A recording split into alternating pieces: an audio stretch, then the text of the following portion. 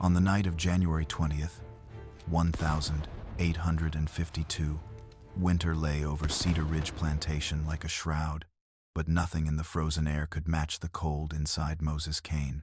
The plantation house, with its white columns and grand Greek Revival facade, rose against the Tennessee sky like a monument to stolen labor.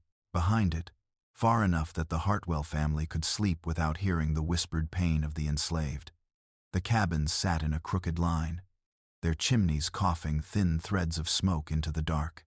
Inside one of those cabins, Moses Cain sat on the edge of his rough plank bed, his ribs still aching from the beating Samuel Blake had given him 10 days earlier. Every breath carried a dull reminder of bones not yet healed. Each movement a quiet flare of pain that only sharpened his resolve. He had been waiting for this night, counting the hours in the slow, merciless way a man counts the steps toward a gallows. Except Moses had no intention of wearing a rope. If there was to be neck broken on this night, it would not be his. The plantation seemed calm, almost peaceful. In that deceptive way slave plantations often did after dark. The fields lay empty, rows of dead cotton stalks stretching like skeletal fingers toward the tree line. The main house glowed with soft lamplight behind its curtains, a warm golden haze that concealed the terror on which it stood.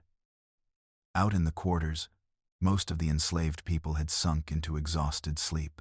They would rise before dawn to another day of forced labor, another day of hoping their names did not cross the overseer's mind.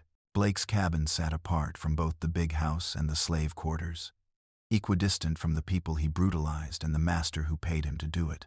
He slept there alone, certain that his reputation for cruelty and the constant presence of his weapons made him untouchable. He had boasted more than once that no black animal on Cedar Ridge would ever dare raise a hand to him and live to tell of it. Tonight, Moses intended to correct that mistake. He had studied Blake's habits with the same attention he once gave to weather patterns in the fields, knowing when the overseer drank himself into a stupor, when he checked the outbuildings, when he visited the main house for reports and instructions.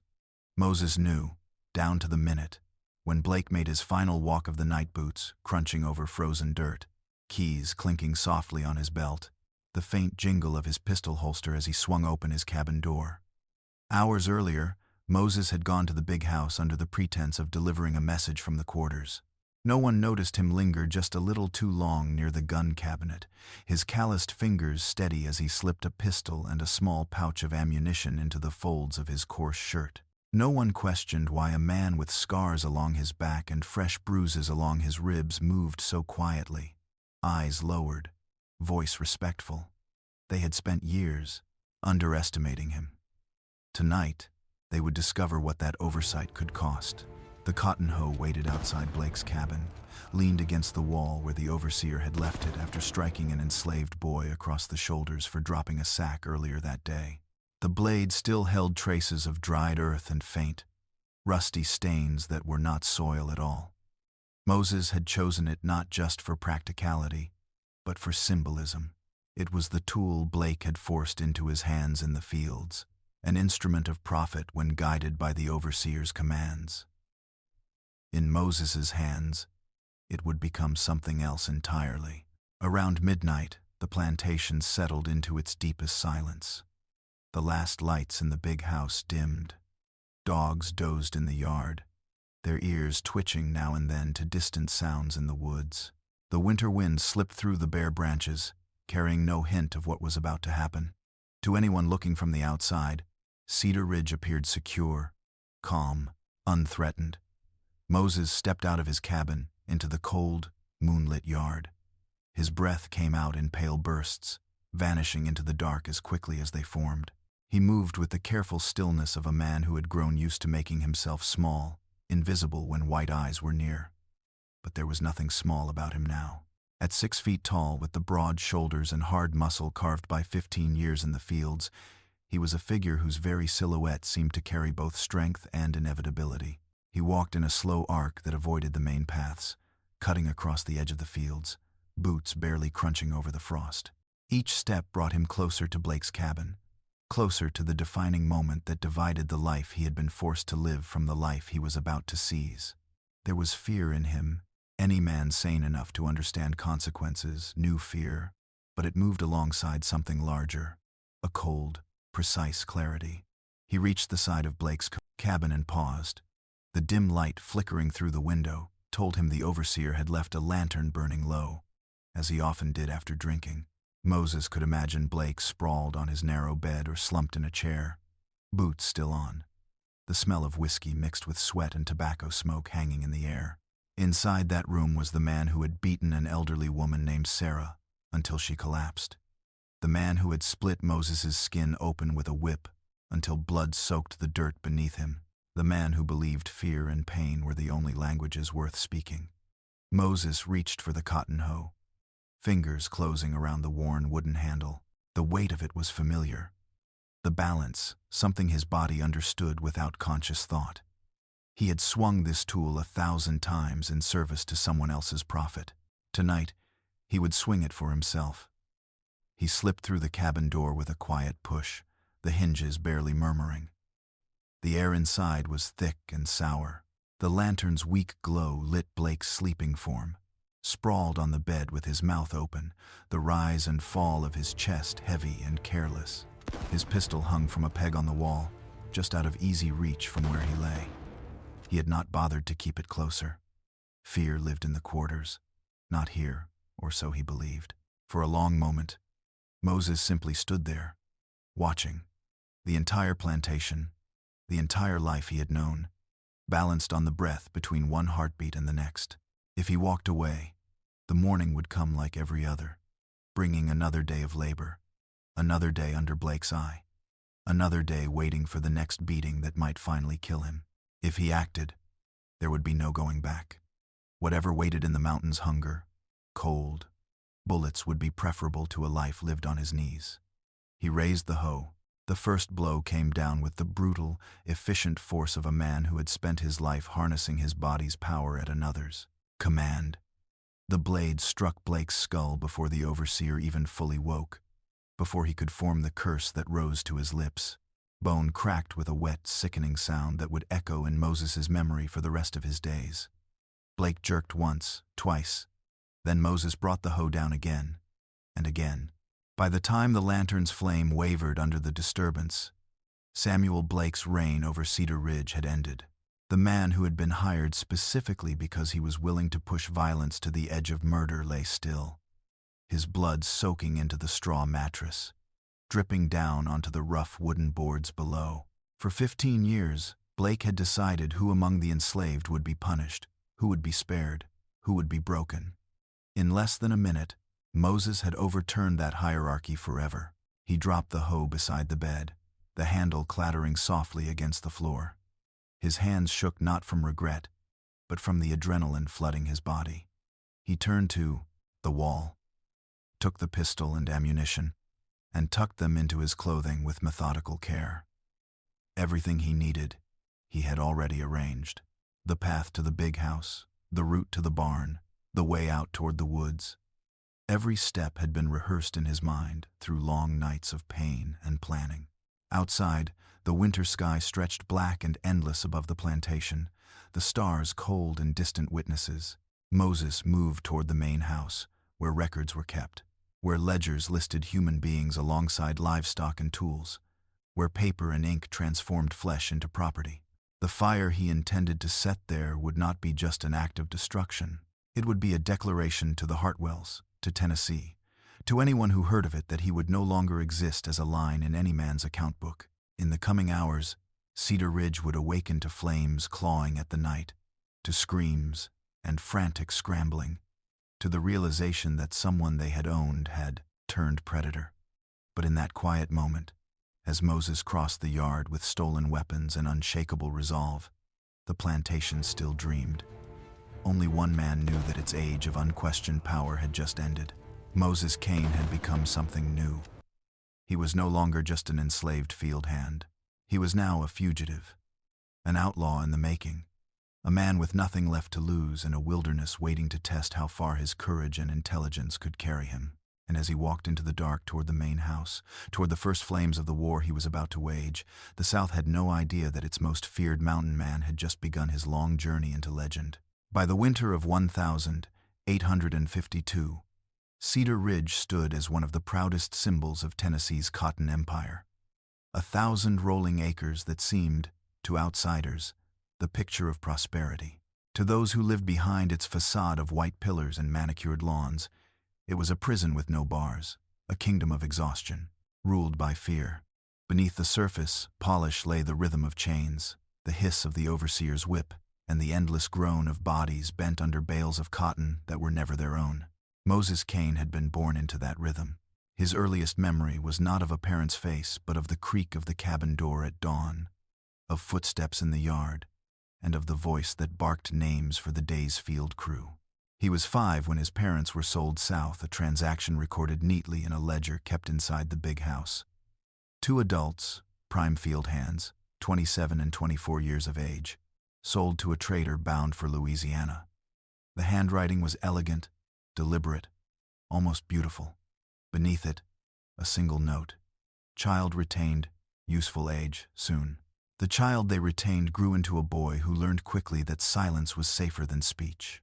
He slept on a straw pallet beside older children who whispered stories in the dark, stories about Africa, about freedom, about gods that still watched even in this place. Those whispers were his education. They taught him that memory itself was a weapon, that names and songs could carry defiance where fists could not. By the time Moses reached 13, his body had hardened into the narrow strength demanded by the cotton rows.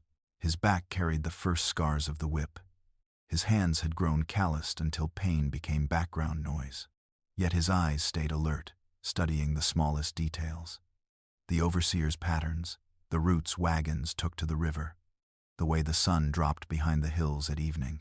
Knowledge gathered quietly could one day become escape. Master James Hartwell, the man who owned him, was 45 that year, already celebrated among his peers for his progressive plantation management. He held dinners where guests praised his efficiency and drank to the prosperity of Tennessee agriculture, never pausing to ask what price efficiency demanded. Hartwell's speeches before the Agricultural Society described Cedar Ridge as a model of humane discipline, firmness tempered with care. The people he owned would have described it differently, a laboratory of cruelty disguised as order. The real architect of that cruelty was Samuel Blake, the overseer Hartwell had hired 2 years before Moses's escape. Blake was a tall, sinewy man, with pale eyes and a scar that ran from ear to jaw, a souvenir from a knife fight in Georgia. He prided himself on obedience to no law but his own, and Hartwell, who needed results, valued precisely that. Blake's presence changed Cedar Ridge overnight. Whippings increased, rations decreased, and laughter, already rare, disappeared entirely from the quarters. For 15 years, Moses had endured everything the system could invent: hunger, humiliation, and the slow theft of his identity. Yet something within him refused extinction. He watched the old ones, those who remembered the frontier before the Cotton Kingdom, and absorbed every fragment of knowledge they shared. How to set snares for rabbits, how to read the moss on trees, how to follow a creek until it found the river and the river found the mountains. The elders spoke of the Smokies as another world, a place where runaways vanished and even slave catchers hesitated to follow. On Sundays, when work paused long enough to feign rest, Moses sat beside the blacksmith, old Isaac, pretending to watch the hammer fall, while his mind memorized every motion. "Metal remembers," Isaac told him once, striking the glowing iron. "Beat it right, and it'll hold the shape you give it. Beat a man wrong, and he'll remember that too." Those words would return to Moses years later, when he forged his first trap in the mountains and realized the old man had given him more than a proverb. He had given him a craft of survival. Life on Cedar Ridge taught hierarchy as religion. At the top stood Hartwell, benevolent in public and merciless in private. Below him, the overseer, a creature built to translate the master's ambition into pain. Beneath them, the driver, a black man chosen to enforce the whip on others, caught forever between hatred and necessity. And beneath them all, the field hands, whose sweat was the true currency of the plantation.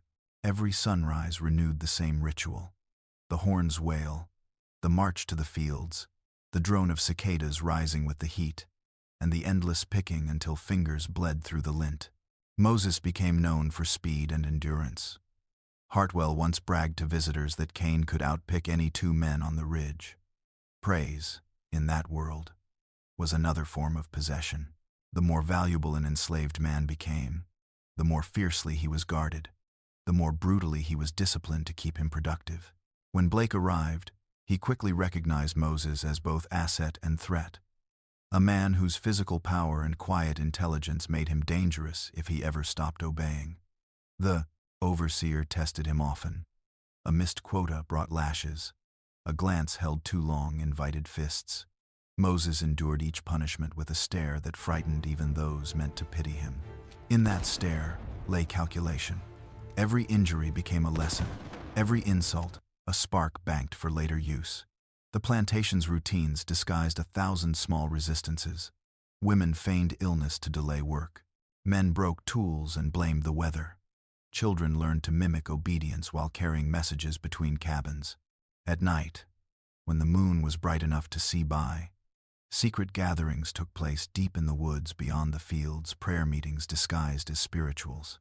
There, they sang of deliverance not promised by any earthly master. Moses listened, wordless, absorbing the rhythm of unity. One evening in late autumn, 1851, the wind carried a chill that hinted at change. From his place in the field, Moses saw Hartwell ride out with two strangers in fine coats. They spoke near the cotton, gin for nearly an hour. Later, word spread through the quarters. A sale was coming. 5 families chosen for auction to pay off the master's new debts. Panic rippled quietly among them, but Moses's face remained still. That night, he lay awake, realizing that freedom could not be begged or bought. It had to be taken. Weeks later came the beating that would define everything. Sarah, an elderly woman who had once nursed half the quarter's children, collapsed in the gin from exhaustion. Blake ordered her whipped for laziness. When Moses stepped forward to shield her frail body, the whip turned on him instead. The blows came until sound and light blurred together. When he finally woke, lying on a dirt floor sticky with his own blood, Sarah's trembling hand rested on his shoulder. "You done, already died once," she whispered. "Next time, die free." Something in those words settled deep. For 3 days he lay motionless, ribs splintered, eyes fixed on the cracks of the ceiling where winter air seeped through. Around him, the plantation continued its indifferent rhythm, cotton weighed, wagons loaded, overseer's voice cutting the air. But within Moses, a decision hardened as surely as metal under Isaac's hammer. He understood now that endurance was not virtue but slow suicide. To survive, he would have to become what the system feared most, a man who no longer believed in its inevitability. When he rose from the bed, pain followed him like a shadow, but so did purpose. He began to plan. Each night after the horn signaled curfew, he crept outside to study the sky, tracing constellations that pointed north. He walked the edges of the property, noting which dogs barked and which did not, where the creek cut deepest, where the terrain sloped toward the woods. He stole bits of food and hid them beneath a loose floorboard. And when no one watched, he practiced with the tools of his bondage, the hoe, the knife, the hammer, learning how, quickly, each could become a weapon. Cedar Ridge was a machine built on the assumption that its gears would never rebel. Moses intended to jam those gears permanently. He had seen enough to know that mercy was not coming from the big house, nor justice from any law. Freedom, if it existed at all, waited beyond the mountains where smoke from the plantations could not reach. Through December and into January, the nights grew colder. Frost silvered the fields and made every footstep crackle. Blake's temper worsened with the weather. He drank more, ranted more, punished harder. The enslaved whispered that something terrible was building in him. They were right, but they mistook its direction. By the second week of the new year, Moses had chosen the date, 10 days after the beating. Enough time for his body to move without giving away its pain. Enough time to watch the overseer grow careless again. He stole gunpowder from the gin under the guise of repairs, tucked it in a small pouch of cloth, He mapped the distance between Blake's cabin and the big house, 40 yards across open ground, and the distance from there to the edge of the woods, another 100 before the first incline toward the Smokies began. He knew every inch of it by heart. In the evenings, he kept working, quiet, obedient, even deferential. He offered no hint of rebellion beyond the calm in his eyes, a calm Blake mistook for defeat. When the overseer barked orders, Moses answered, "Yes, sir," with a tone so even it hid the promise underneath. The night before the fire, snow fell lightly across the ridge, blanketing the fields in silence. From the big house came the faint echo of piano music. From the quarters, the muffled coughs of the sick and the restless. Moses sat by the dying embers of his hearth, turning a small piece of flint in his hand. Around him, the world slept inside the illusion of permanence. He smiled once, a small, unreadable curve of the lips, and whispered a single word to the dark. Tomorrow. The plantation dreamed of another ordinary dawn. But dawn would never come again for Cedar Ridge the way it once had. The January morning that sealed Moses Cain's fate began like countless others, a horn's wail at dawn. The dull scrape of feet dragging from cabins into fields still glazed with frost. But beneath the sameness, something unseen was shifting. Like a current beneath still water, Samuel Blake stood near the gin house that day, whip coiled in his fist, eyes sweeping the line of enslaved people filing into the rows. His hangover deepened his cruelty. Every sound, the rattle of tools, the muffled cough of the sick, irritated him. He needed to make someone bleed before the ache behind his eyes could subside. Sarah, the elderly woman whose strength had fed generations, moved slower than the rest. Her back bent with age, her hands trembled around the cotton sack.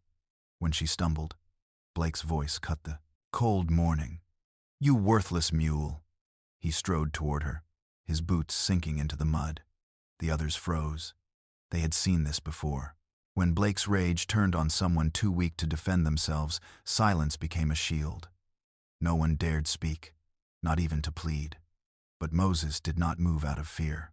He had been watching Blake all morning, the way a hunter studies a dangerous animal patient, measuring the distance, waiting for the moment when instinct gives way to stupidity. Blake grabbed Sarah by the arm, yanking her upright. She cried out not the soft whimper of resignation, but the raw, involuntary cry of pain that comes from a body too tired to hide it anymore. That sound pierced something in Moses's chest that 15 years of servitude had not managed to break. He stepped forward. "Leave her be." The words came out low, steady, too calm for the violence that trembled underneath. Blake turned, astonished that anyone had spoken. "What did you say, boy?" Moses's gaze didn't waver. "She can't stand that beating. You'll kill her." For a heartbeat, the entire field went still. Even the wind seemed to stop.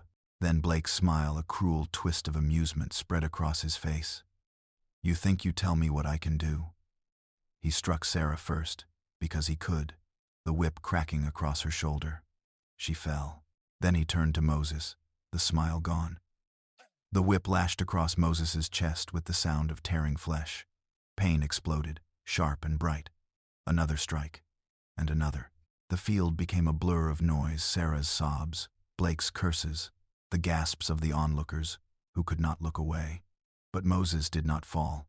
He took each lash upright, the muscles in his arms trembling but unbroken. The defiance in his eyes enraged Blake more than any words could have. He swung harder, until the whip's leather split and blood streaked Moses's shirt. When Moses finally stumbled, it wasn't surrender, it was exhaustion. Blake's boot met his ribs, once, twice, until something cracked deep inside. Then the overseer stepped back, breathing hard, his face red from effort. "Get him to the quarters," Blake ordered the driver. "Let him remember who's master here." The men lifted Moses's limp body and carried him away. The field returned to work under a sky that seemed lower than before, pressing down on every soul who had witnessed what courage looked like and what it cost. For 3 days, Moses drifted between pain and consciousness. Fever came and went. Each time he opened his eyes, he saw the same image, the whip descending, the look of satisfaction on Blake's face. Each time he closed them again, he saw Sarah's frail hands shaking, her face turned away not from shame but from helplessness. By the third night, the pain in his ribs dulled to a heavy ache. He rolled onto his side and stared at the moonlight filtering through the cracks of the wall. The air smelled of smoke and sweat.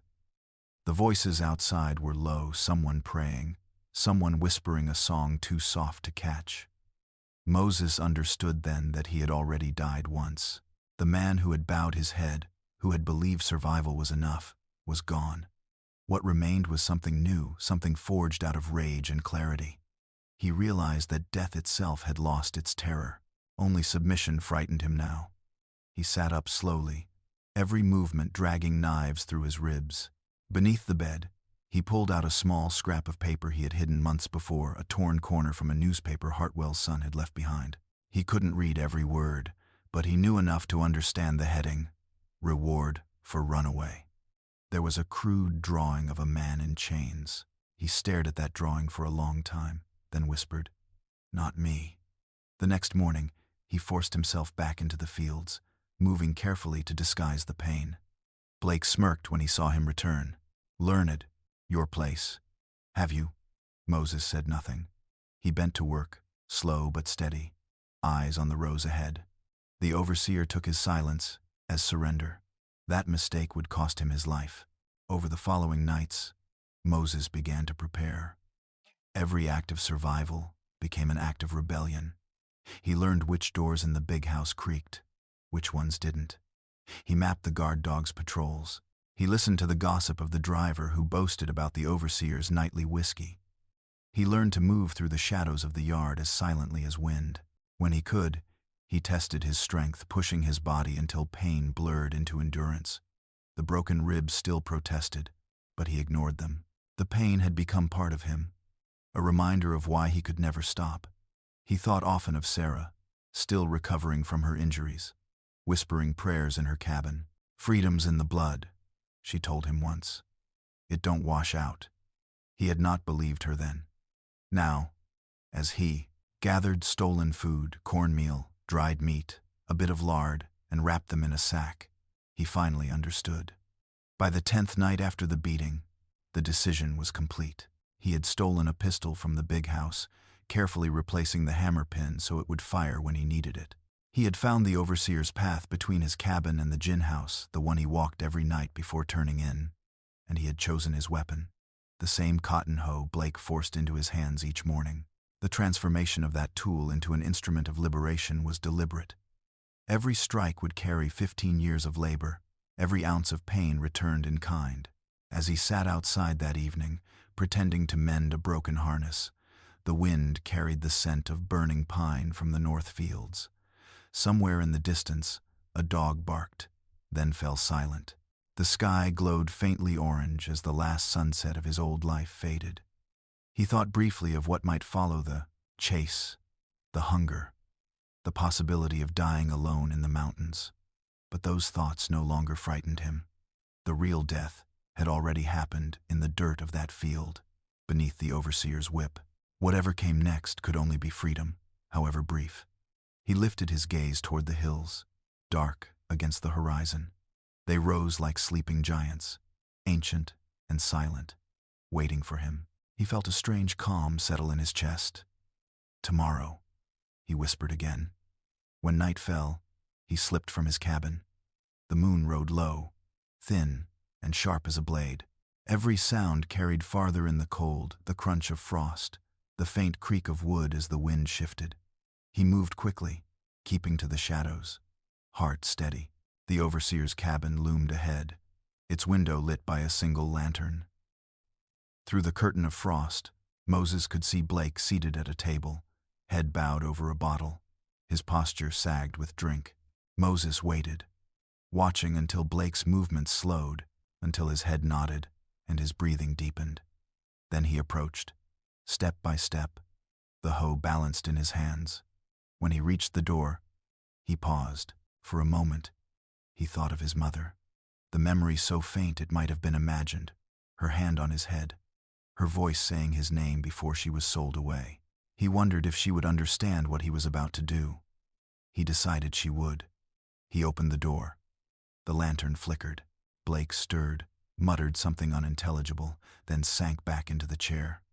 Moses raised the hoe. The first strike ended 15 years of slavery for one man and began 7 years of terror for the state of Tennessee. When the dawn came, Cedar Ridge still stood for the moment, but the air was different. A stillness had settled over it, like the moment before a storm breaks. The overseer's cabin remained quiet long after it should have come alive with the sound of boots and commands.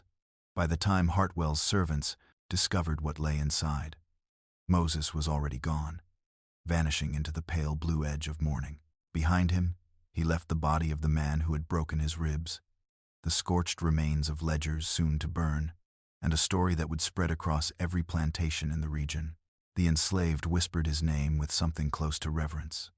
The masters spoke it with dread, and in the heart of the Smoky Mountains, as wind howled through the trees and the first snow of the season began to fall, Moses Cain began the long transformation from runaway to legend.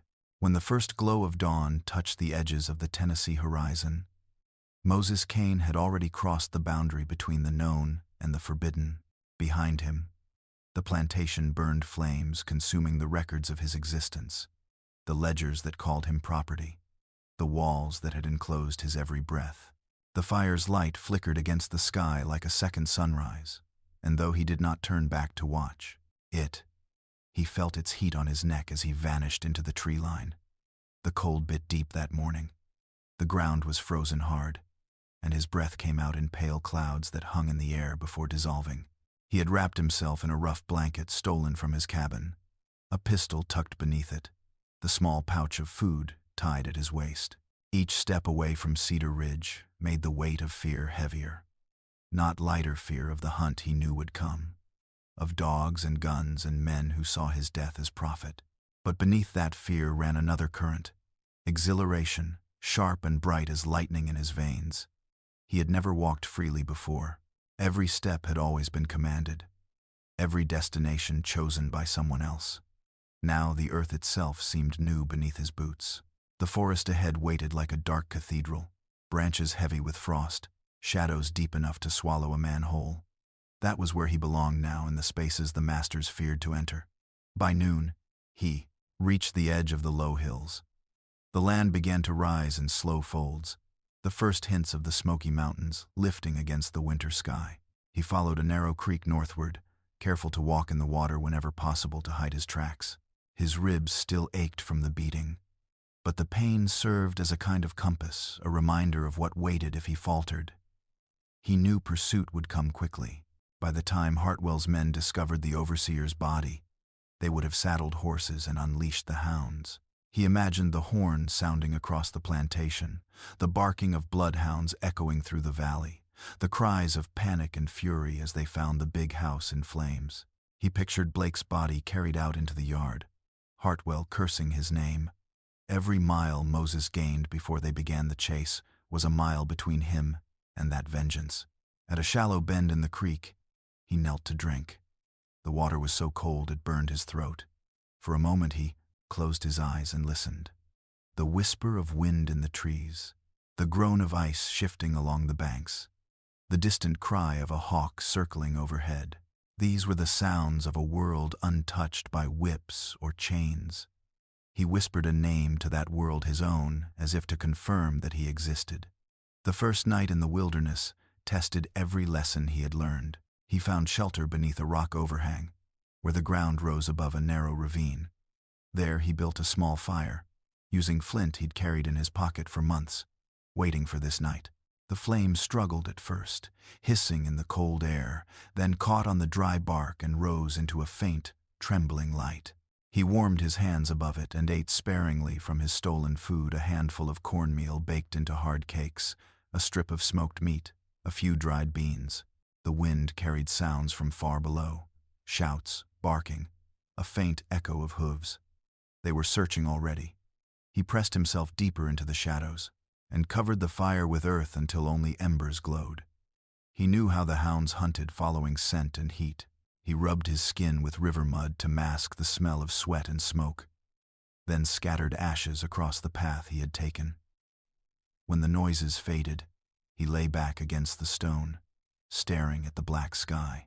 The stars shone sharp and distant, the same stars his ancestors had seen before chains and markets and plantations. Somewhere beyond them, he imagined, those ancestors were watching. He wondered if they recognized what he was doing, if they saw this lone figure moving through the wilderness with blood on his hands and freedom in his chest, and if they would call it courage or madness. Sleep came in fits. Each time his eyes closed, images rose: the flash of the hoe, the fire swallowing the big house, the face of Sarah, frail and weeping but alive. He woke before dawn and kept moving. For 2 days he traveled north and west, deeper into the mountains. The land grew wilder, the air colder. Streams cut through the rock like veins of glass, and snow clung to the branches of pine and cedar. He learned quickly to read the land, to follow deer tracks when he needed a path, to step where the snow had already been disturbed, to break twigs deliberately so he could trace his own roots back if needed. Hunger became his first true enemy. By the 3rd day, his supplies had dwindled to crumbs. He snared a rabbit using a cord torn from his blanket and roasted it carefully, the smell making his stomach twist with both need and fear. Fire was danger. Its smoke could betray him, but starvation would betray him faster.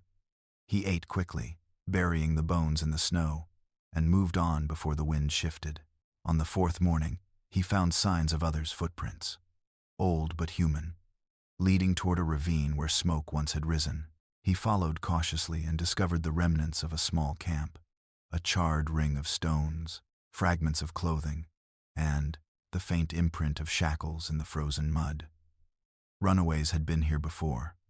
The knowledge both comforted and unsettled him. Some had survived long enough to leave traces. Others had not. That night, as he huddled in another cave and listened to the storm building outside, he thought about what freedom meant. He had imagined it as a feeling joy, release, the simple absence of pain. But here, in the cold and hunger, it felt more like a discipline, a constant choice. Freedom demanded vigilance. It required him to keep moving when his body begged to stop, to keep faith in himself when no one else would ever know his story. The storm broke just after midnight. Wind screamed through the valley, shaking the trees until they groaned like ships at sea. Snow fell thick and fast, erasing his tracks but threatening to bury his fire. He crouched near the cave mouth, eyes fixed on the white chaos beyond. The sound reminded him of the sea, something vast and merciless, cleansing and cruel at once.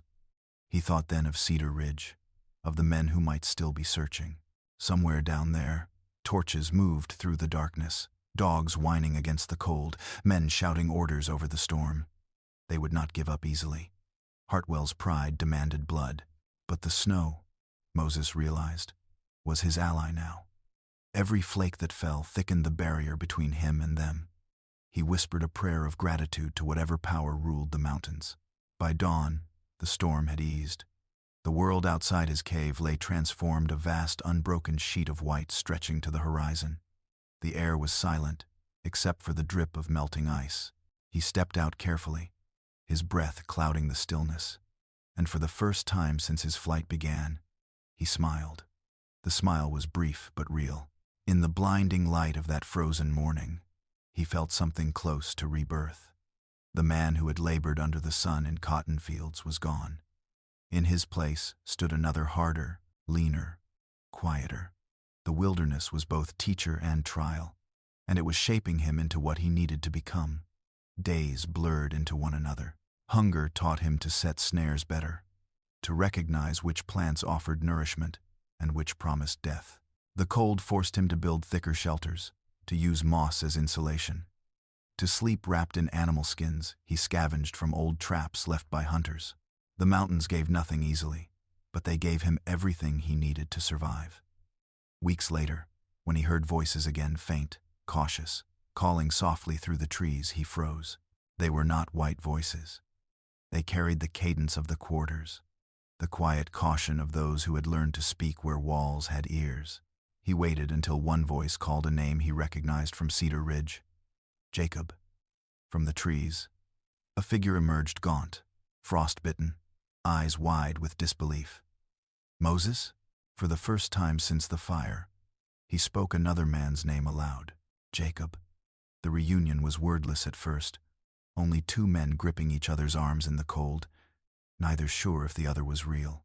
When words finally came, Jacob told him of the aftermath of the bounty on his head, the terror that swept the plantations, the whisper spreading through enslaved quarters across Tennessee. Moses Cain got away. They built a fire together that night, small and hidden, the first shared warmth either had known in weeks. Around it, they made a vow never to return, never to be taken alive. The mountains would be their home, their fortress, their weapon. As the fire's light flickered across the stone walls, Moses realized the chase had ended, but the war had only begun. He was no longer simply a man escaping slavery. He was now a soldier in a war of one, a war that would soon multiply, echoing through the valleys like thunder. The mountains had accepted him, and from their shadow, he would strike back at the world that once owned him. By the spring of 1852, the Smoky Mountains had swallowed Moses Cain whole. The forests and ravines became his armor, and the wind that howled through the passes carried no name but his. For months, he had lived like a ghost, moving by night, hunting by silence, sleeping in caves where light rarely reached. Yet what began as survival was slowly turning into something else. The foundation of a rebellion the South had never imagined possible. The wilderness had hardened him. His body, once bent to the rhythm of the fields, now moved with the confidence of a predator. He had learned to make fire without smoke, to mend wounds with pine resin and moss, to sense pursuit before hearing it. But more importantly, he had learned patience, the kind that only solitude and danger can teach. Freedom was no longer a feeling. It was a discipline sharpened by every breath of cold mountain air. One night in March, as frost silvered the ground and the moon traced pale veins of light through the trees, Moses heard something that didn't belong to the wilderness. It was faint, a broken rhythm, the snap of branches, the uneven stumble of human feet. He crouched low, pistol in hand, every nerve straining. Then came a whisper. "Moses?" The voice was hoarse, fragile, almost unbelieving. It belonged to Jacob, the young man from the neighboring plantation who had once worked beside him in the fields. Moses had not heard that voice since the night of the fire. He stepped from the shadows slowly, and Jacob froze, eyes wide as if seeing a spirit. Both men were thinner, harder, transformed by the months that had passed. "Moses Cain," Jacob breathed, tears freezing on his cheeks. "They said you were dead." "Then they were wrong," Moses replied. Jacob fell to his knees, exhaustion overtaking him. His shoes were torn to rags, his hands raw and bleeding. He had fled after word spread that Hartwell's overseer was dead and that Moses had burned the plantation house. Blake's murder had become legend almost overnight, and for those still enslaved, legend meant possibility. Jacob had risked everything to find the truth. "I followed the river like they said," Jacob whispered. "I was nearly caught twice, dogs on me for miles. But I kept going. I figured if you could live free up here, maybe I could too." Moses pulled him to his feet. "You did more than most ever try," he said. "And you found me. That's enough." They made camp near the ridge that night, sharing the last of Moses's food. As Jacob ate, he spoke of the panic that had rippled through Middle Tennessee after the fire. Hartwell had offered $1,000 for Moses's capture, dead or alive. Rumors claimed he commanded an army of escaped slaves in the mountains, that he was building a fortress, that he drank the blood of slave catchers. Most of it was fantasy, but fantasy could be useful. Fear was a weapon. By morning, Moses had decided they would no longer live as hunted men. They would become hunters. Over the next months, other fugitives began to appear, drawn by whispers carried across Tennessee's enslaved quarters. Some came alone, others in small groups. They arrived starving, barefoot, terrified, and desperate for direction. Moses welcomed them all, though not without caution. Freedom, he told them, demanded more than escape. It demanded discipline, loyalty, and the willingness to kill if necessary. The first lesson he taught was silence. In the mountains, noise meant death. They learned to move like shadows, to communicate with signals instead of speech, to vanish at the first hint of pursuit. He built their camp deep in a ravine hidden by dense cedar and stone. From above, it looked like nothing more than wilderness. Within, they constructed shelters of branches and bark, arranged in a semicircle around a single central fire pit that was never allowed to burn high enough to be seen from afar. At night, they trained. Jacob, who had once worked as a blacksmith's helper, fashioned crude weapons, spears, knives, clubs, while Moses drilled the others in ambush tactics. He had no formal military knowledge, but instinct and necessity made him a strategist. He studied how the mountains shaped movement, how narrow passes could trap pursuers, how ravines could amplify sound to confuse them, how fog could turn visibility into chaos. "These mountains are our army," he told them. "Learn their language, and no man will catch you." By summer, his band numbered 6. They were men and women, old and young, all joined by the same unspoken oath, to live free or die before returning to chains.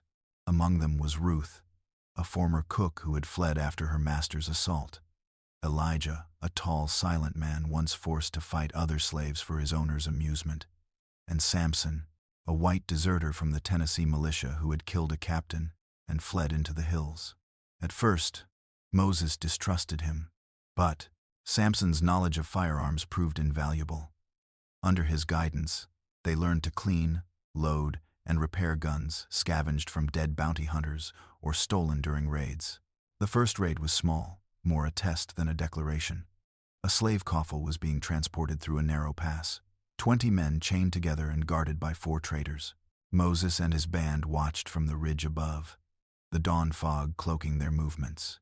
When the lead wagon reached the bend, Moses signaled. Rocks tumbled from above, startling the mules. In the confusion, his band descended like a storm, fast, precise, unrelenting. The fight was brutal but brief. 2 traders died instantly, one from Jacob's rifle, another from a knife in the throat. The third tried to flee, only to be dragged down by Elijah and beaten into silence. The last begged for mercy. Moses granted it only after forcing him to unlock the chains. When the freed men realized what was happening, disbelief turned to joy. So, fierce, it broke into tears. One fell to his knees, clutching Moses' hand. "We thought it couldn't be done," he whispered. "We thought nobody could stop them." Moses looked down at the broken chains. "Then start believing different," he said. The freed men scattered, some heading north toward the Ohio River, others choosing to stay and join him. News of the raid spread faster than fire. Within a week, every plantation within 50 miles had heard of the ambush in the mountains. By the second raid, bounty hunters began forming posses. By the third, the governor himself issued a proclamation declaring Moses Cain and his followers a band of armed insurgents dangerous to public safety. To Moses, that phrase was not condemnation, it was confirmation. By autumn 1853, his group had grown to 15 core members and twice as many sympathizers scattered across the valleys. Enslaved people smuggled food and ammunition to hidden caches. Poor white farmers, bitter toward the plantation elites who kept them impoverished, sometimes traded information or supplies in exchange for protection. Even a few free black families risked their lives to shelter Moses' scouts. Every success made him more myth than man. Some called him the shadow of the Smokies. Others whispered that bullets could not kill him. Stories spread of slave catchers vanishing in the woods, of plantations awakened to find their barns burning and their enslaved workers gone. Tennessee's newspapers printed warnings describing him as a savage outlaw, yet even those words carried a trace of awe. The planters feared him, the enslaved revered him. In the camp, life settled into a rhythm of preparation and movement. They hunted by moonlight, built smokehouses to cure meat, forged new weapons from stolen iron. Jacob kept careful watch over supplies, while Ruth nursed the wounded after each raid. Samson, once a drunkard, became Moses' scout, his knowledge of militia, patrol routes proving vital. The mountains, once prison walls, had become their kingdom. But freedom was fragile. One mistake could bring annihilation. Moses enforced strict rules. No unnecessary fires. No raids without his approval. No taking from the poor. "We fight the system, not the hungry," he warned. "Steal from a man who's starving, and you become what we ran from." Still, the price of freedom was constant danger. Once, in late winter, a band of bounty hunters stumbled upon their trail. The snow betrayed them. Footprints led straight to the ravine. That night, Moses' group prepared for battle. As torches flickered at the ridge's edge, Moses whispered to Jacob, "Let them come down. The mountain will fight for us." When the first pursuer stepped into the narrow path below, the rocks gave way. An avalanche of stone and snow thundered down, crushing the front line. Those who survived fled screaming into the dark. Not one returned. Afterward, Moses stood among his people, the torchlight glinting off his face. "You see," he said quietly, "they think we're beasts. But beasts don't plan. Beasts don't learn. They'll come again. But every time they do, we'll make the mountains remember their blood." The group answered, not with cheers, but with a solemn nod. They understood now that survival was no longer the goal. Power was. That winter, when the wind screamed across the ridges and snow buried their camp, Moses carved words into the rock wall of their cave. He used a hunting knife, pressing each letter deep. "Freedom isn't running.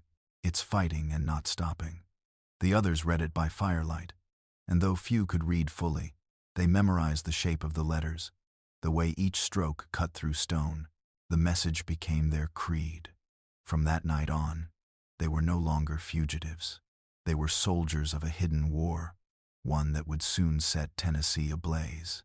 And at their center stood Moses Cain, the man who had once swung a hoe in bondage and now wielded the wilderness itself as his weapon. By the spring of 1855, the legend of Moses Cain had become a living terror that spread across Tennessee like wildfire. Stories about him traveled faster than newspapers, carried by whispers in slave quarters and trembling voices at plantation tables. Children were warned not to wander near the mountains. Slave catchers rode in groups now, armed to the teeth, muttering prayers before each hunt. In taverns and town squares, men spoke his name with both awe and hatred, the runaway who fought back. For Moses and his band, the time for hiding was over. The mountains had given them sanctuary, but now they gave something greater: perspective. From the high ridges, Moses could see the valleys below, endless acres of cotton and corn, plantations sprawling like scars across the earth. He looked down and saw the same fields that had once enslaved him, the same white houses where men drank and laughed while his people bled. Every light that flickered in those windows was, to him, a reminder that the war had not yet been won. The first months of that year marked a new phase. His band was no longer merely surviving. They were organized, strategic, and fiercely united. They had scouted plantation routes, studied the timing of patrols, learned which plantations were most vulnerable, and identified sympathizers hidden among enslaved and poor white communities. Their weapons, once stolen pistols and knives, had multiplied through trade and raids. They now carried rifles, muskets, and enough ammunition to fight sustained skirmishes. It began with targeted strikes. One night in February, they descended on a plantation near the Cumberland River known for its brutal overseer. He was the kind of man who whipped children for sport, who kept trophies of the lashings he gave. Moses waited until the man's birthday celebration, when the house was full of laughter, when guards were drunk and careless. They struck just before midnight. Ruth and two others slipped into the kitchen to free the enslaved cooks, while Elijah and Jacob led the charge at the barn, where horses and wagons were kept. Within minutes, the night erupted in chaos. Guns fired, torches blazed. The overseer stumbled from the house, half-dressed and screaming. He never made it past the porch. Moses stepped out of the shadows, pistol in hand, and shot him once in the chest. The enslaved stood frozen, torn between disbelief and terror. Moses looked at them and said, "You can stay and keep bleeding, or you can come and live free.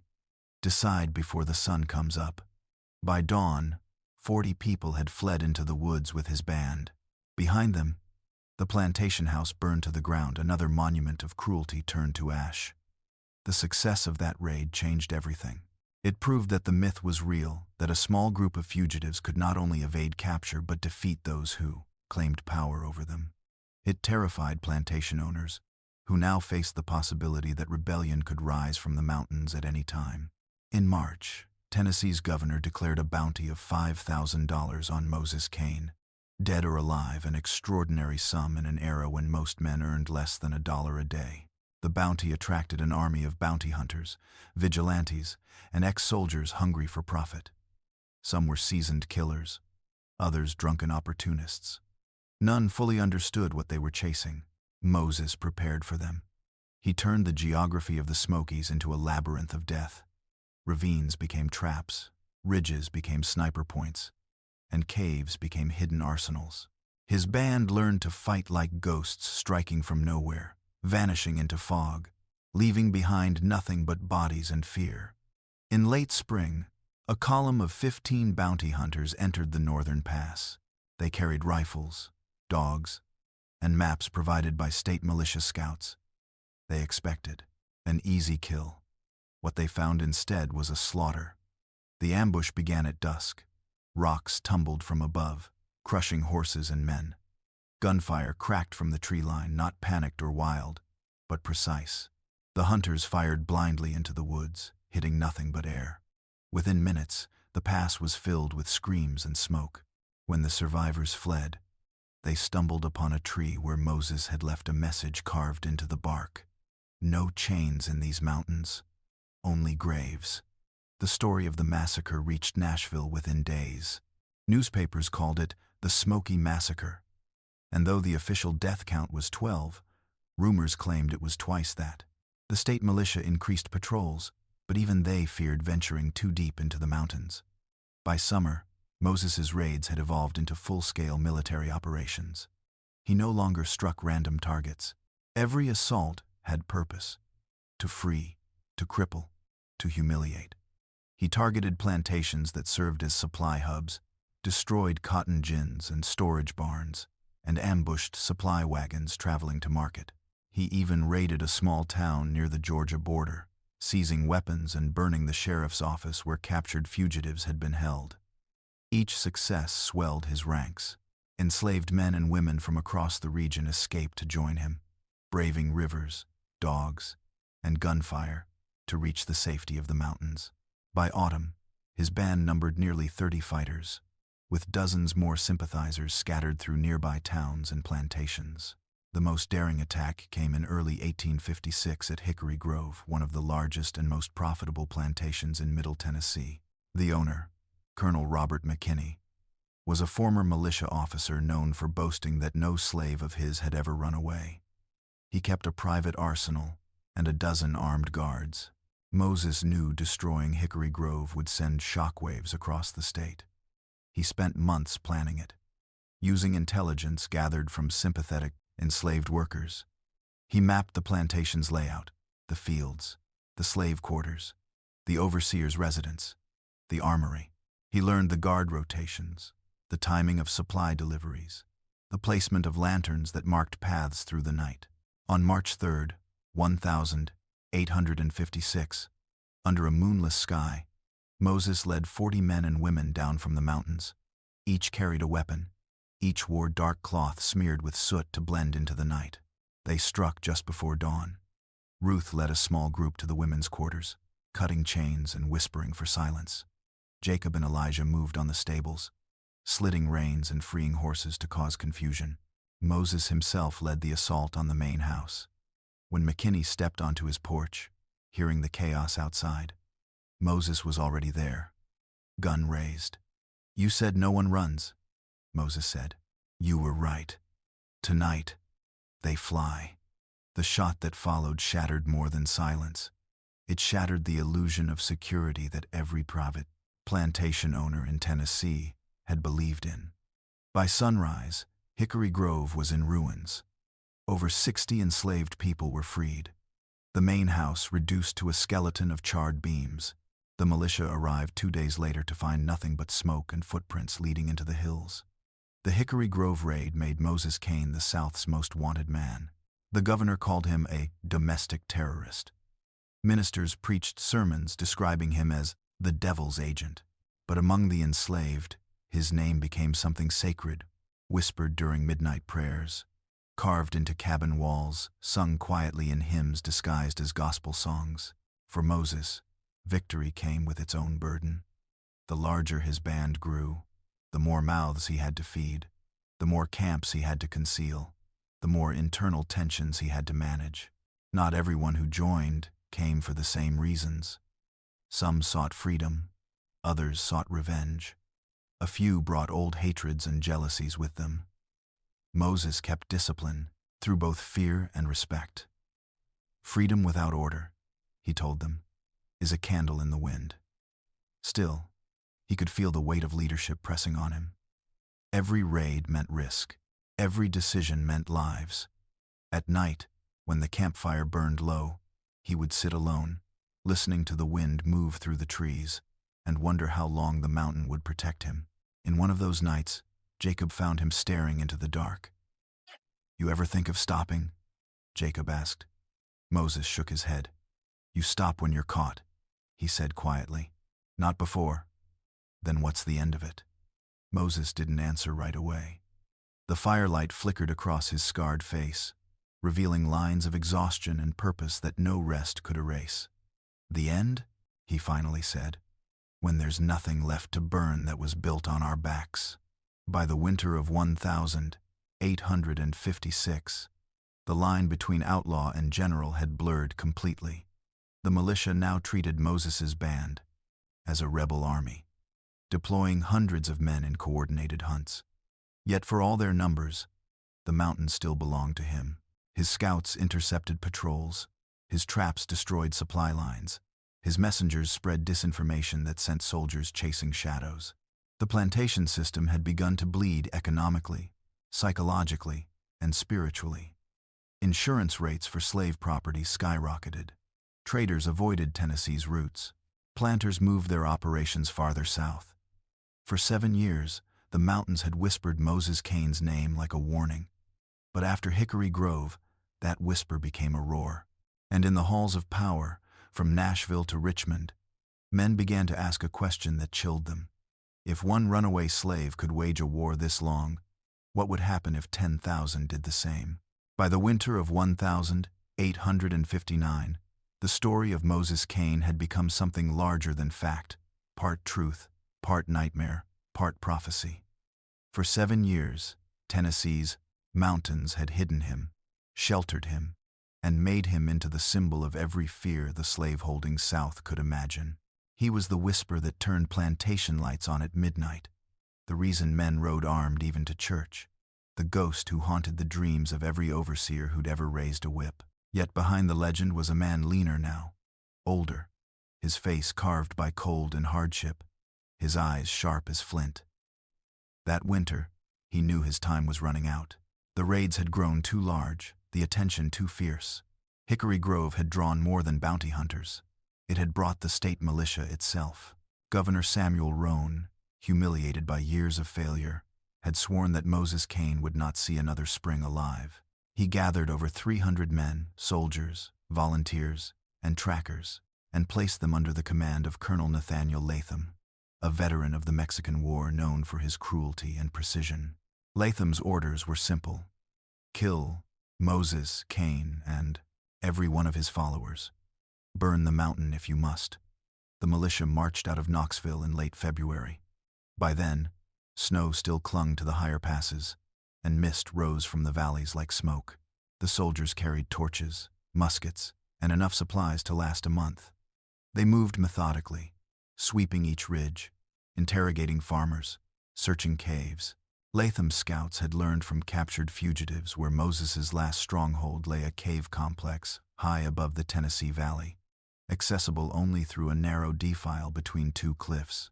Inside that cave, Moses's band had dwindled to 20 men and women. The others, those too old, too wounded, or too frightened, had fled deeper into the range or crossed north toward Kentucky.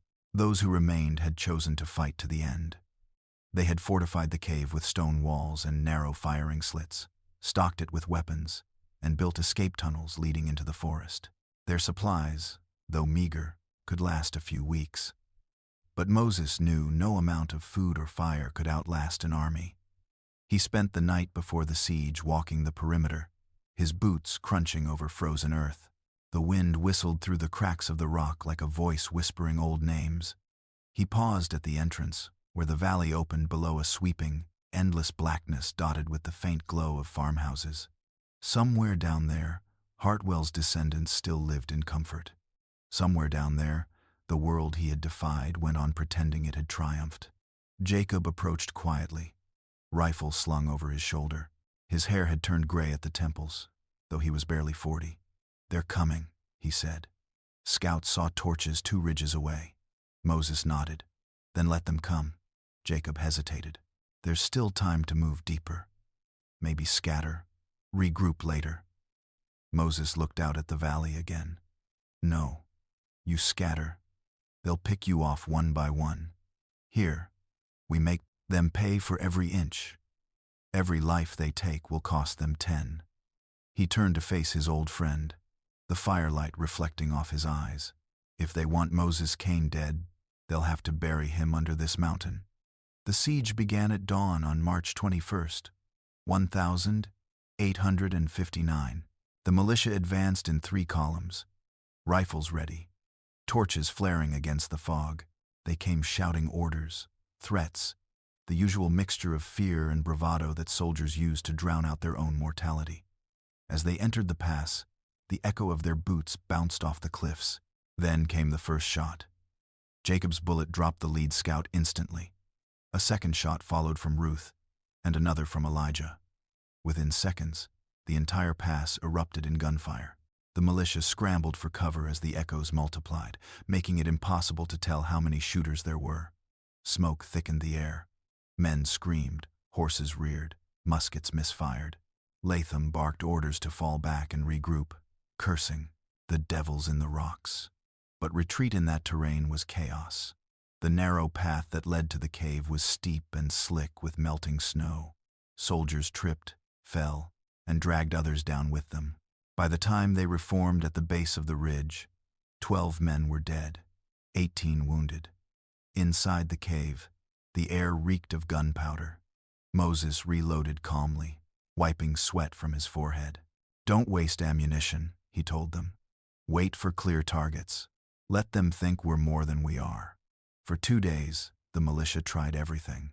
They fired volleys blindly into the cliffs, rolled flaming barrels down the slope, even attempted to smoke them out by setting fire to brushwood. The wind turned against them, sending the smoke back in their faces. Each attempt ended with more casualties. The mountains themselves seemed to protect their defenders, amplifying every crack of gunfire into thunder.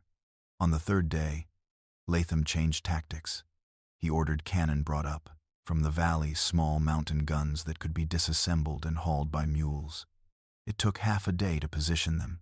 By afternoon, they began shelling the cave mouth, each explosion shaking the ground. Inside, the rock walls groaned. Dust filled the air.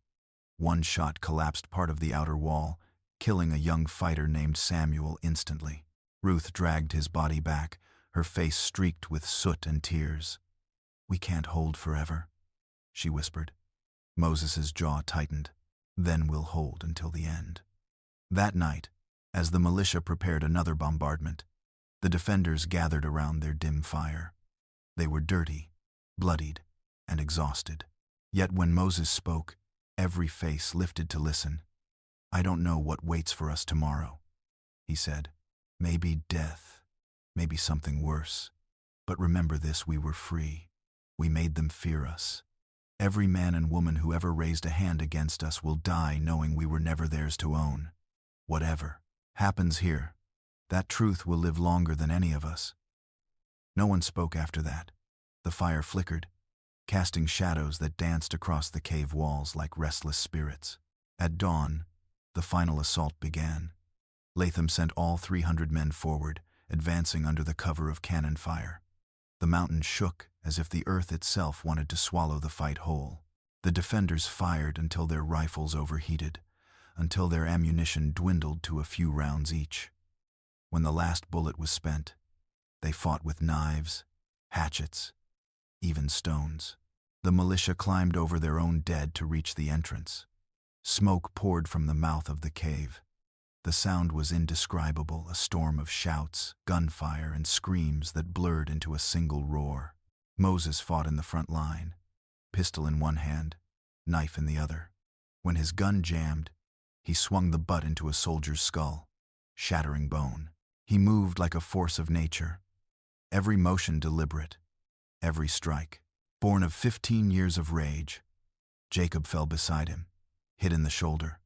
Ruth dragged him back toward the inner chamber, firing her last shot before the rifle's hammer snapped. "They're breaking through," she cried. Moses looked around the cave, smoke, fire, the bodies of his people strewn across the ground. He could hear the militia shouting orders, the metallic click of bayonets fixing. His chest heaved, blood running down his arm from a bullet graze. He turned to Ruth and the handful of fighters still alive. "Go," he said. "Take the tunnel. Get to the North Ridge."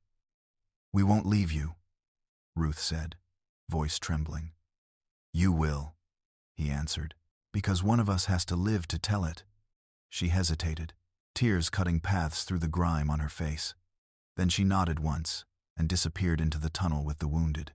Moses faced the cave mouth alone. Light poured through the smoke, not the soft gold of dawn, but the harsh glare of torches and gunfire. He raised his knife, the blade catching the glow. For a moment, everything went silent, as if even the mountain held its breath. Then the militia surged forward. The last stand of Moses Cain lasted less than 10 minutes. When it was over, 50 soldiers lay dead or dying. The lieutenant who finally killed him later admitted that Moses had fought like a man who believed himself already immortal. He had taken 3 men down with him after his ammunition was gone, cutting and striking until they overwhelmed him by sheer numbers. When they dragged his body into the open air, snowflakes were falling again, soft, slow, indifferent to victory or defeat. Latham stood over the corpse, wiping blood from his sword. "The mountain ghost is dead," he said, but his voice carried no triumph, only exhaustion. They carried Moses's body down the ridge, parading it through nearby towns as proof that the nightmare was over.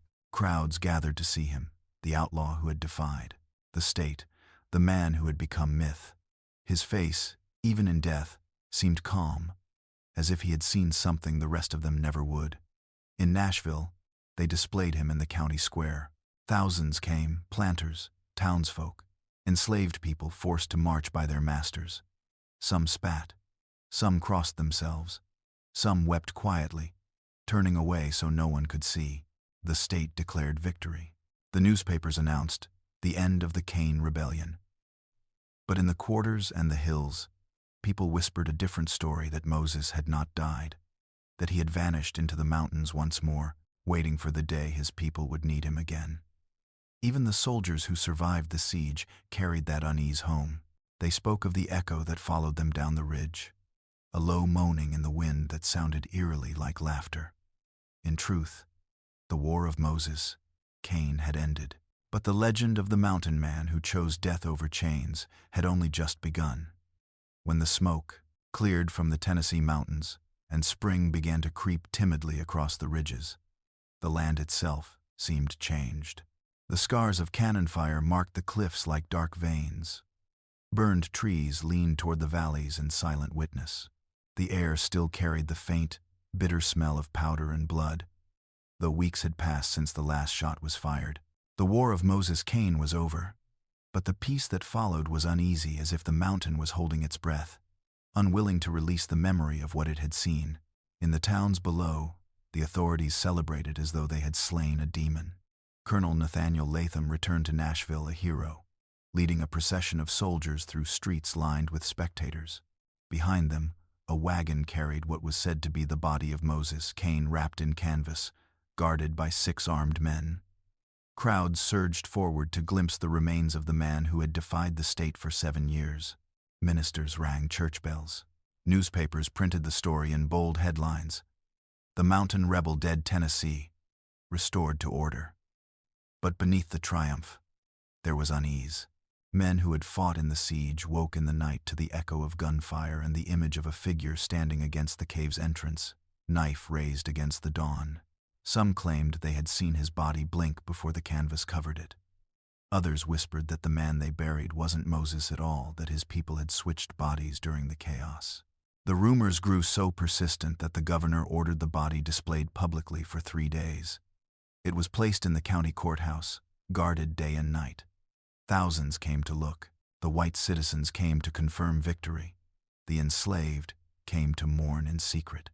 Among them was Sarah, the elderly woman whose beating had sparked Moses' rebellion years before. She was nearly blind now, led by her grandson. When she reached the front of the line, she stood for a long time, saying nothing. Then, in a voice raspy with age, she murmured, "That's him. But he ain't gone. He's just resting in the mountain." No one stopped her when she knelt beside the coffin and whispered a prayer. The state, anxious to prove its strength, launched a campaign to eradicate what remained of Moses' network. Militias combed the Smokies, burning caves and camps, capturing anyone suspected of aiding fugitives. 15 of his fighters were killed in skirmishes. 20 more were taken alive. Those captured were marched through Nashville in chains, an image meant to erase the myth of freedom Moses had created. But if the intention was to terrify, it failed. Crowds of enslaved people lined the streets, silent and unbroken, eyes following the prisoners with a quiet reverence that unnerved even the guards. The trials that followed were swift. The captured were charged with murder, arson, and treason. No one was allowed to testify on their behalf. Within a week, 8 were executed publicly. The rest were sold to plantations farther south. Yet even as the hangings took place, a strange thing happened. Songs began to spread through the quarters. Songs that spoke of the mountain man, who would return when the air grew cold again, who would ride the wind and break the chains. The words changed from place to place, but the meaning remained. The people refused to let him die. For the white elite, the rebellion left wounds that could not be healed by victory parades. The economy of Middle Tennessee suffered catastrophic losses. Insurance companies, unwilling to risk further uprisings, refused to cover plantations near the mountains. Slave traders rerouted their coffles through other states, fearful of ambush. Merchants complained of shortages. Planters complained of fear. For the first time, whispers of vulnerability crept into drawing rooms and legislative halls. Governor Roane convened a special session to address what he called the security problem of the mountain region. But no laws or patrols could restore the illusion of control. Too many people had seen what one man could do when he refused to bow. In private, plantation owners hired mercenaries, fortified their estates, and forbade their slaves to gather even for church.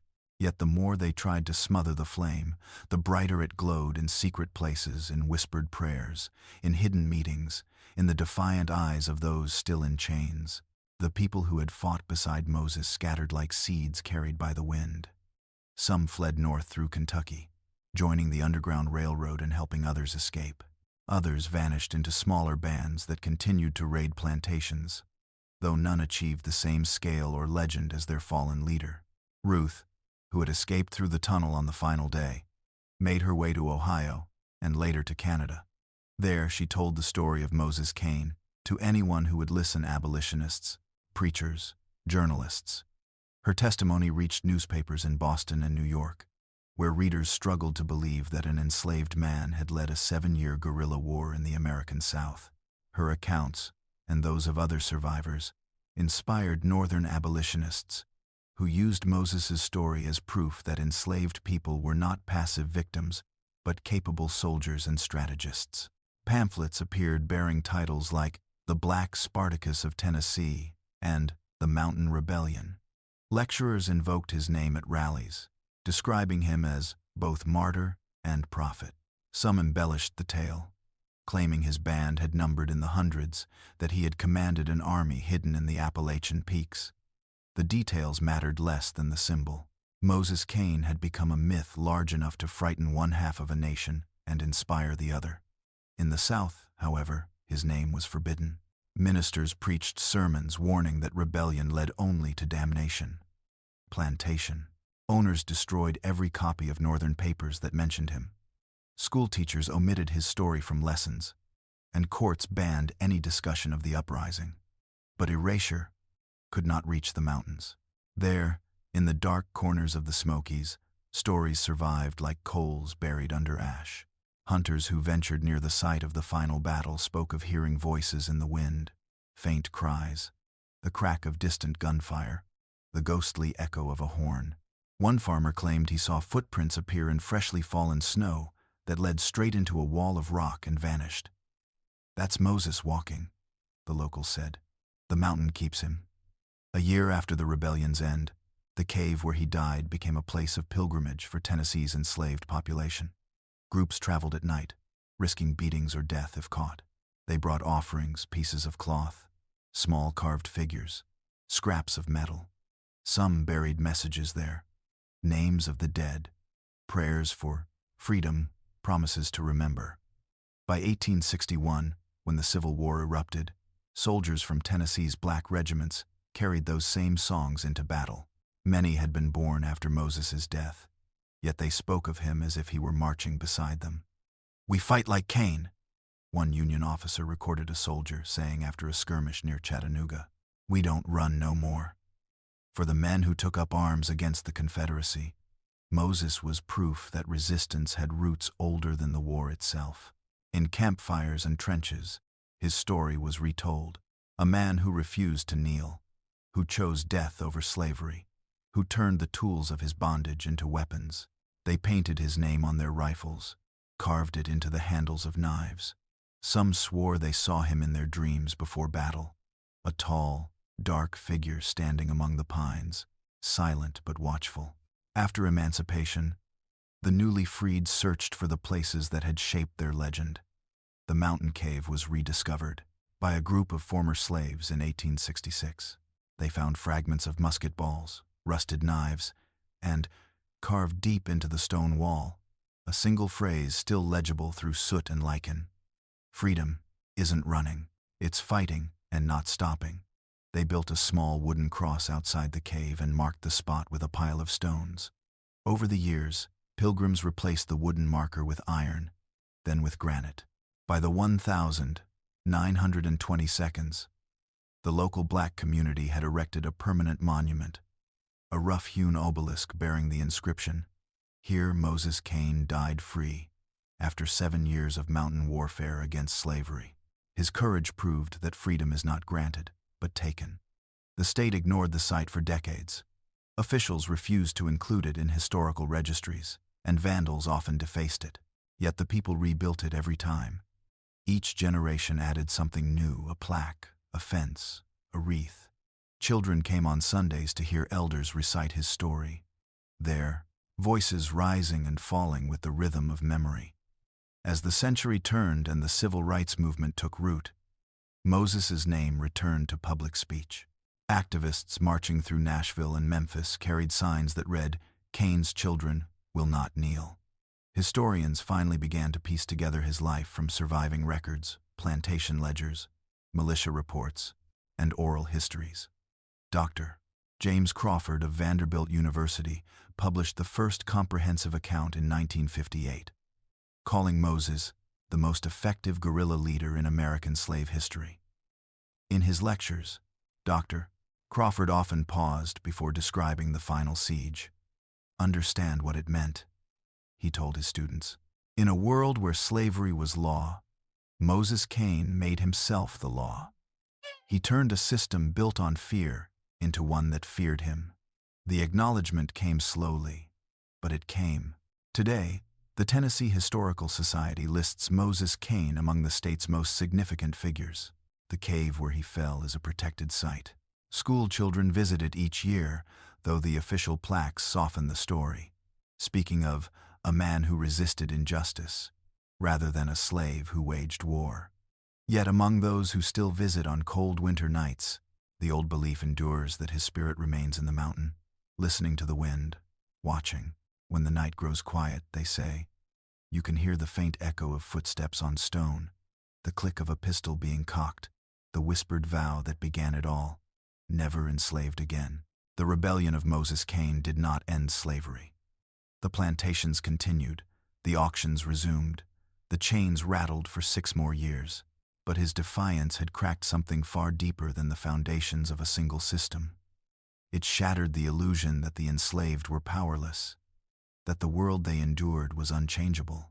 Long after his death, those who spoke his name understood what he had proven, that freedom demanded not mercy, but will, not permission, but defiance. And though the world tried to bury him under silence, the mountain kept his story alive, a story of a man who set the South ablaze not with armies, but with courage. When wind sweeps through the Smokies at night, locals say it carries 2 sounds, the rustle of trees and the faint echo of a voice whispering through the dark, a voice reminding anyone who dares to listen that liberty, once claimed, never truly dies. Time, as always, smoothed the edges of memory, but never erased them. The story of Moses Cain, the runaway slave who became the most feared mountain man in the South, shifted and reshaped itself through the decades like smoke curling through history. Each generation reimagined him in its own image. Outlaw, avenger, prophet, soldier, saint. Yet the truth of him, the man beneath the legend, never quite faded. He remained there in the folds of Tennessee's mountains, carved into the landscape like an unhealed wound. In the small black settlements that formed after emancipation, his name became part of the language of survival. Children learned it alongside scripture. Old women sitting on porches told his story when the heat broke at dusk, their voices steady and reverent. He ain't died begging, they'd say. He died free. You remember that when the world tells you to bow. To them, Moses wasn't a ghost or a hero from a forgotten age. He was family, an ancestor who had cleared a path through hell so others could walk a little farther toward the light. In the 1,880 seconds, a group of freedmen from Middle Tennessee began an annual pilgrimage to the cave where he had made his last stand. They called it the Journey Up. They would travel in silence until they reached the ridge, then break into song. Old hymns reworked with new verses, about the mountain man who fought the devil's kingdom with a stolen gun and a steady hand. They carried torches, wreaths of cedar, and a banner sewn from scraps of cloth reading, "We keep his fire." The journey took on the feel of ritual, part history, part prayer, part rebellion against forgetting. White newspapers mocked the event, calling it Negro superstition. Yet even some white mountain folk, poor farmers, moonshiners, families who had lived in the hills since before statehood, quietly respected it. They too told stories about Moses Cain, though their versions twisted the truth. Some claimed he had struck a deal with the devil for his freedom. Others said his ghost guarded hidden treasure buried deep in the ridges. Every retelling blurred lines between fact and folklore, until Moses belonged to both worlds at once, the real and the mythic. For the descendants of the enslaved, however, his legend carried a different weight. He was proof that dignity could survive anything. When Reconstruction collapsed and Jim Crow rose to smother the promise of freedom, people whispered his name again, as though summoning him for protection. In 1903, a black teacher named Isaiah Webb published a small pamphlet titled Cain of the Mountains, the true story of a slave who chose war. It sold only a few hundred copies before white authorities banned it from Tennessee schools. But one of those copies survived. Inside its worn pages, Webb wrote, "They called him outlaw, but we call him forefather. He taught us that a man's body can be chained, but his will belongs to God and the hills." Those words circulated hand to hand, copied in letters, preached from pulpits. They reached all the way to Chicago and Philadelphia, where black newspapers began running serialized accounts of Moses Cain's rebellion. Each retelling exaggerated something: the number of his followers, the ferocity of his battles. But every story ended the same way, with him standing in that cave, surrounded by fire, unbroken even as death closed in. The 20th century tried to bury him under modernity, yet he refused to stay buried. During the Great Depression, when black laborers organized strikes for fair pay, one Tennessee organizer told his men, "Remember Moses Cain. He didn't wait for permission to fight." The phrase stuck. When World War II came, black soldiers from Tennessee's 93rd Infantry Division painted Cain's blood on their jeeps before shipping out to the Pacific. They said it meant courage that couldn't be killed twice. In the 1,950 seconds, the civil rights movement gave his legend new life. Activists marching through the segregated streets of Nashville and Memphis invoked him in speeches and songs. "We march where Moses walked," they chanted, "and we won't turn back." Dr. James Crawford, the Vanderbilt historian who unearthed the militia records of the 1859 siege, delivered a lecture that drew national attention. He described Moses not as a bandit but as America's first black guerrilla commander, arguing that his campaign foreshadowed both the moral courage of civil rights and the moral tactical discipline of modern resistance. The speech angered many in Tennessee's political establishment. Newspapers accused Crawford of glorifying savagery. Threats followed, but the damage was done.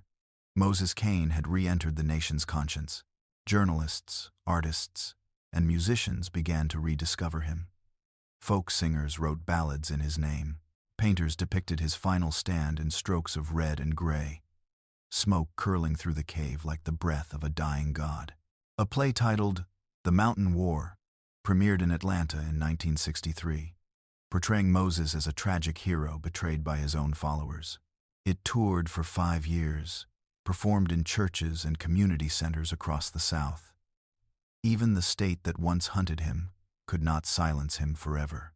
In 1971, under pressure from local historians and black community leaders, the Tennessee legislature voted by the narrowest margin to recognize the site of his last battle as a historical landmark. The vote split along predictable lines.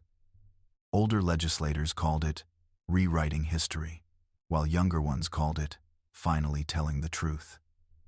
The governor signed the bill reluctantly, muttering that the man shouldn't be glorified. But the law passed. That summer, hundreds gathered for the dedication. Among them were descendants of both enslaved families and plantation owners. Dr. Crawford, now gray-haired, gave the keynote address. Standing before the granite monument, he said, "History is not the story of who won. It's the story of who refused to surrender." Moses Cain reminds us that dignity is not bestowed, it's claimed, often at the cost of blood. His rebellion was not madness. It was the first sound of a storm that would one day sweep the world. The crowd stood in silence, many with tears in their eyes. When the ceremony ended, a choir sang an old hymn said to have been born in the quarters of Cedar Ridge before it burned. Its chorus rose across the valley. "Ain't no chains on the mountain. Ain't no master in the wind." Today, more than a century and a half after his death, the myth of Moses Cain still breathes. The cave where he made his stand is part of the national park system. Visitors hike there on summer weekends, some out of curiosity, others out of reverence. A plaque at the entrance bears his name, though the wording remains cautious, avoiding the word slave in favor of freedom fighter. But when you step inside, the official story gives way to silence, the kind of silence that feels alive. The walls still bear faint scorch marks, and if you look closely, you can trace a single carved line beneath the soot. Freedom isn't running, it's fighting. Rangers tell visitors that no one knows who carved it, though locals insist it was Moses himself, etched with a knife in his final hours. When the last tourists leave and the wind moves through the entrance, the sound resembles breathing. Hikers claim they sometimes smell smoke, even when no fire burns. Some say that if you stand very still, you can hear distant gunfire, echoing through the stone as if the battle were happening again, trapped in the earth's memory. Every February, descendants of enslaved families from across the South still gather there. They light candles, sing, and read aloud the names of those who died beside him. They tell the story to their children how a man born into bondage carved fear into the hearts of his oppressors, how he built an army from the discarded and forgotten, how he turned mountains into fortresses. The children listen wide-eyed, and when the night grows cold, one of the elders always ends with the same line. He died free, and because he did, we live free enough to keep telling it. In the broader sweep of American history, Moses Cain remains an uncomfortable figure. He doesn't fit the easy categories. Not martyr, not saint, not pacifist. He stands as a reminder that freedom has always demanded confrontation, that justice is never handed down gently. His name rarely appears in school textbooks, but it lingers in the margins. A footnote, a shadow, a challenge to the way the story has been told. Scholars debate his legacy. Was he a visionary or a killer, a revolutionary or a renegade? Perhaps he was all of these. Perhaps the question itself misses the point. For the people who still claim him, Moses Cain was not defined by what he destroyed, but by what he refused to accept. He showed that resistance could take form in the hands of a man who had been denied everything but breath, and that breath could still ignite a war. His life was proof that history does not only belong to those who write it down, but to those who live it without permission. When storms roll over the Smokies, lightning striking the ridges where he once hid, old mountain families still tell their children to listen. That's Moses walking, they say. That's him counting the thunder like musket shots. And somewhere between the peaks and the clouds, it's easy to believe it that the mountain itself remembers, that his footsteps are part of its heartbeat now. For as long as wind moves through those hills, his rebellion continues, not in gunfire or flames, but in memory.